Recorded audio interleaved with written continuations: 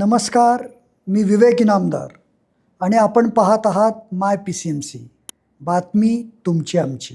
आजचा विषय अत्यंत महत्त्वाचा, संवेदनशील आणि तितकाच वादग्रस्तही आहे.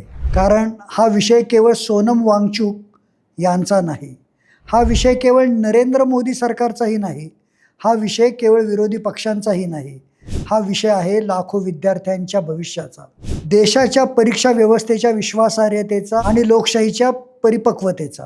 दिल्लीतील जंतर मंतर येथे सोनम वांगचुक यांनी नीट पेपर फुटी आणि परीक्षा व्यवस्थेतील कथित अनियमिततेच्या निषेधार्थ बेमुदत उपोषण सुरू केले.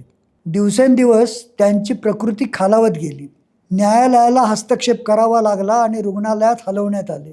पण त्यानंतर जे घडले त्याने पुन्हा एकदा देश दोन भागात विभागला गेला.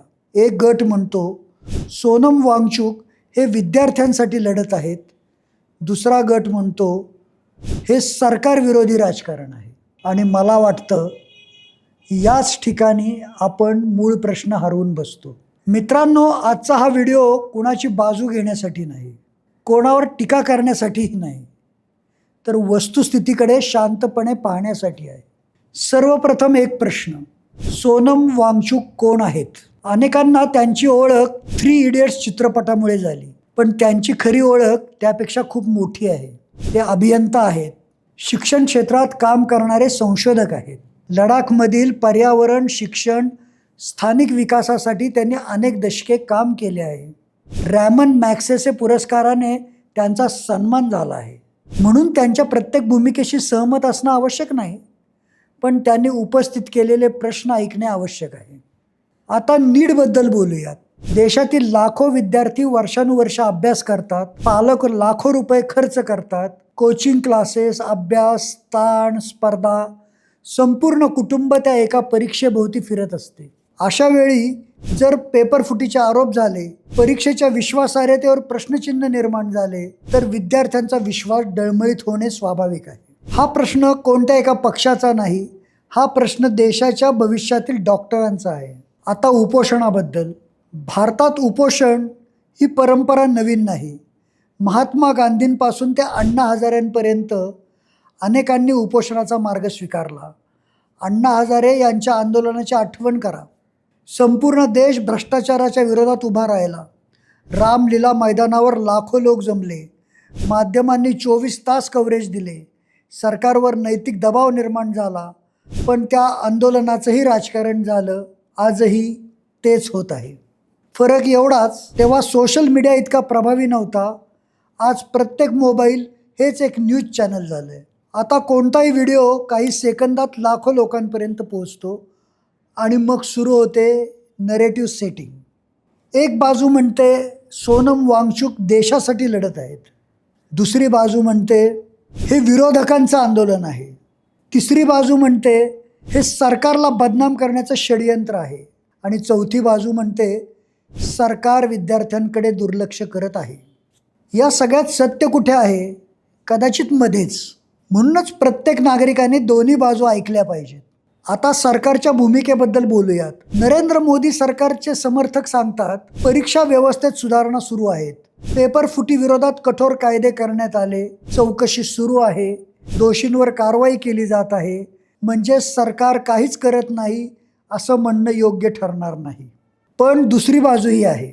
विद्यार्थी रस्त्यावर उतरतात, देशातील एक प्रतिष्ठित सामाजिक कार्यकर्ता उपोषणाला बसतो. म्हणजे संवादाची गरज आहे, हेही तितकंच खरं. सरकारने संवाद साधायला हवा, संवेदनशीलता दाखवायला हवी, कारण लोकशाहीत सरकारचं बळ केवळ बहुमत नसतं, तर लोकांचा विश्वास असतो. आता येतो सर्वात चर्चेचा विषय, कॉकरोच जनता पार्टी म्हणजे CJP. या आंदोलनात सहभागी झालेल्या या गटाचे अनेक व्हिडिओ सोशल मीडियावर व्हायरल झालेत. काही जण जेवत आहेत, चहा घेत आहेत, नाश्ता करत आहेत.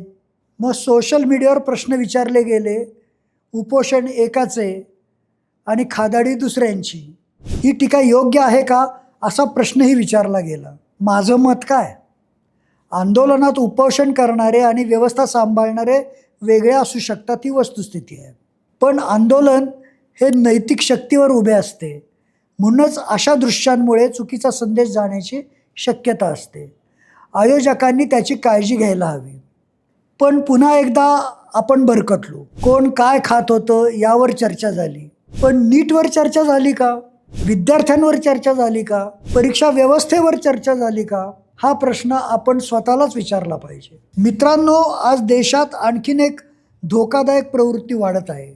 सरकारवर प्रश्न विचारला की देशद्रोही, सरकारचं कौतुक केलं की अंधभक्त. ही भाषा लोकशाहीला शोभणारी नाही. सरकारवर टीका करणे म्हणजे देशावर टीका करणे नव्हे, आणि सरकारच्या चांगल्या कामाचं कौतुक करणं म्हणजे अंधसमर्थन नाही. लोकशाही म्हणजे प्रश्न, लोकशाही म्हणजे संवाद, लोकशाही म्हणजे मतभेद, शत्रुत्व नाही. आणखी एक गोष्ट, आज आपण प्रत्येक विषयाकडे राजकीय चष्म्यातून पाहतो. प्रश्न विचारणारा कोण हे पाहतो, पण प्रश्न काय आहे हे पाहत नाही. त्यामुळेच मूळ प्रश्न मागे पडतो. आज जर परीक्षा व्यवस्थेत सुधारणा करायची गरज असेल तर ती झाली पाहिजे. जर विद्यार्थ्यांना न्याय हवा असेल तर तो मिळाला पाहिजे. जर सरकारने चांगले काम केले असेल तर त्याचे कौतुकही झाले पाहिजे.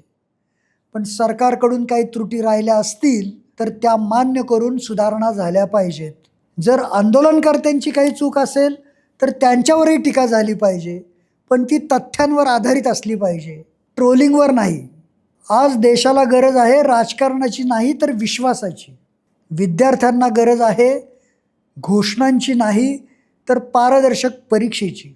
सरकारला गरज आहे संवादाची, आणि आंदोलनकर्त्यांनाही गरज आहे संयमाची.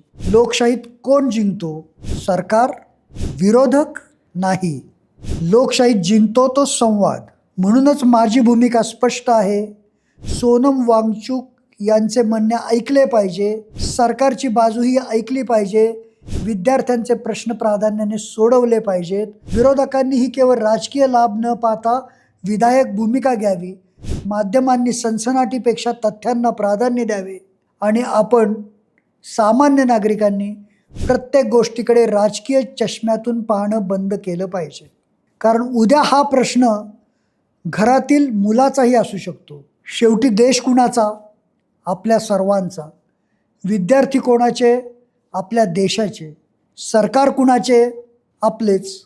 म्हणून संघर्ष कायम ठेवण्याऐवजी उत्तर शोधणं जास्त महत्त्वाचं आहे. आशा करतो सरकार अधिक संवेदनशीलतेने संवाद साधेल, आंदोलनकर्तेही सकारात्मक चर्चेसाठी पुढे येतील आणि सर्वमान्य तोडगा निघेल. कारण प्रश्न सोनम वांगचुक यांचा नाही, प्रश्न लाखो विद्यार्थ्यांचा आहे, आणि विद्यार्थ्यांच्या भविष्यापेक्षा मोठं कोणतंही राजकारण असू शकत नाही. या विषयावर तुमचं मत काय? सरकारची भूमिका योग्य वाटते का? सोनम वांगचुक यांचं उपोषण योग्य आहे का?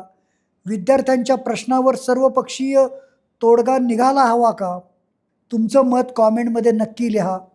व्हिडिओ आवडला असेल तर लाईक करा, शेअर करा, आणि अशा सखोल, अभ्यासपूर्ण आणि वस्तुनिष्ठ विश्लेषणांसाठी माय PCMC चॅनलला सबस्क्राईब करायला विसरू नका.